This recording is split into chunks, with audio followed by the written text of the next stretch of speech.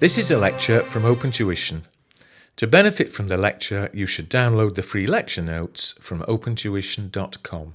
We're going to look at the short section of your notes that talks about disclosure of interest in other entities. And when you read this, it doesn't look terribly exciting, but it's probably one of the most exciting bit of group accounts in life. And it introduces a term which is a structured entity. Please learn the definition of a structured entity. The definition you can see here is one in which voting rights are not the dominant factor in determining control. So we have to say, well, what on earth is this talking about? So I'm going to make up a little example just to illustrate what a structured entity might look like in practice.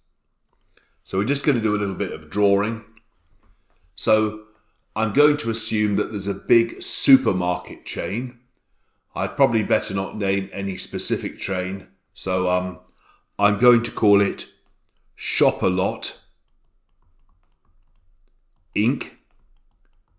That's a big supermarket chain. I'm going to introduce a bank called Big Bank and introduce another company called Shop-A-Lot Properties Inc. When we look at the group structure, Big Bank owns 100% of the shares of Shop-A-Lot Properties Inc. So on the face of it, Shop-A-Lot Properties Inc.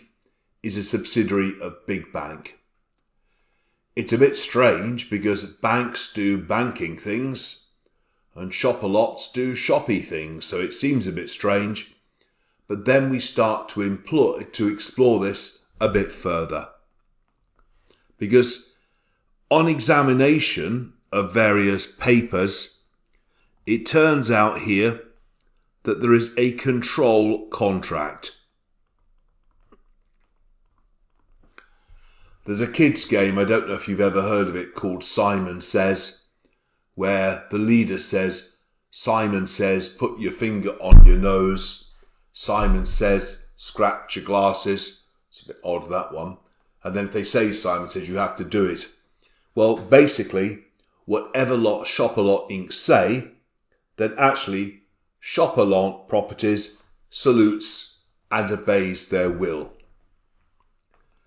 And then, of course, when we further explore, we find out that actually there's a management charge, a management fee.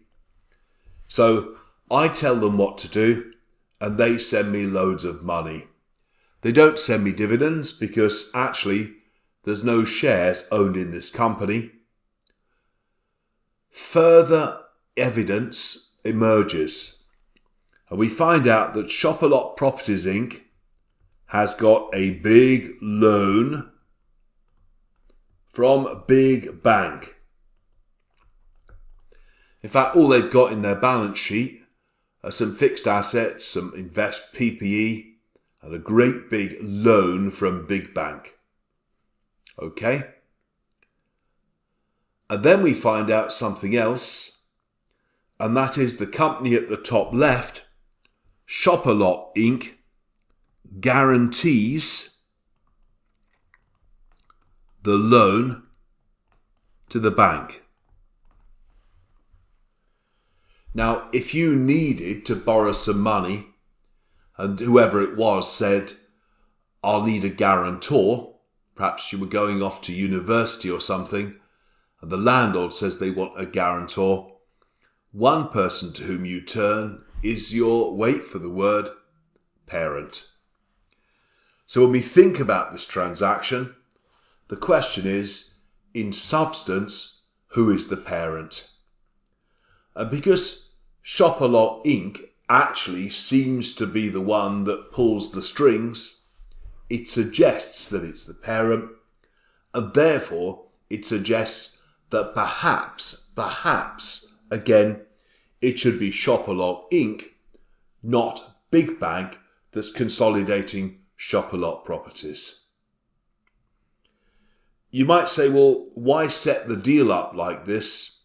Well, there could be good reasons like tax, or there could be bad reasons like off-balance sheet finance.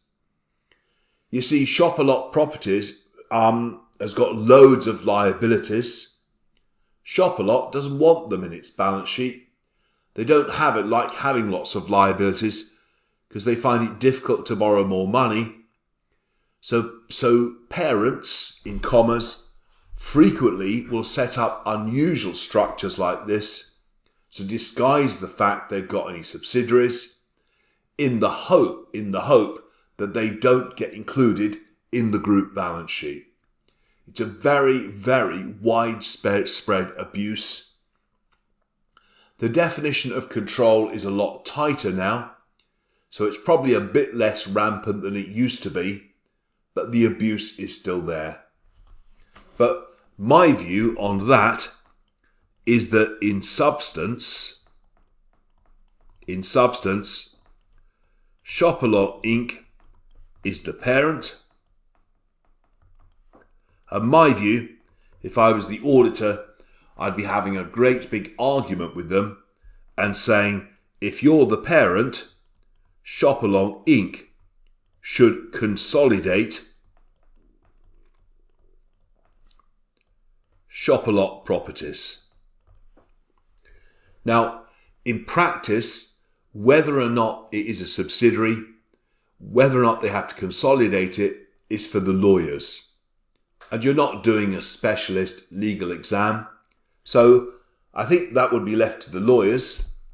So there's nothing wrong with your answer with saying, may need to consolidate Shopalot properties. That's fine. IFRS 12 itself is basically saying, look, if you don't consolidate this company, at least make sure you've put in the disclosure. So that is why it says, effectively again, as a minimum, you must at least make full disclosure of the relationship with the other company so that investors and investment analysts can make some effective judgments.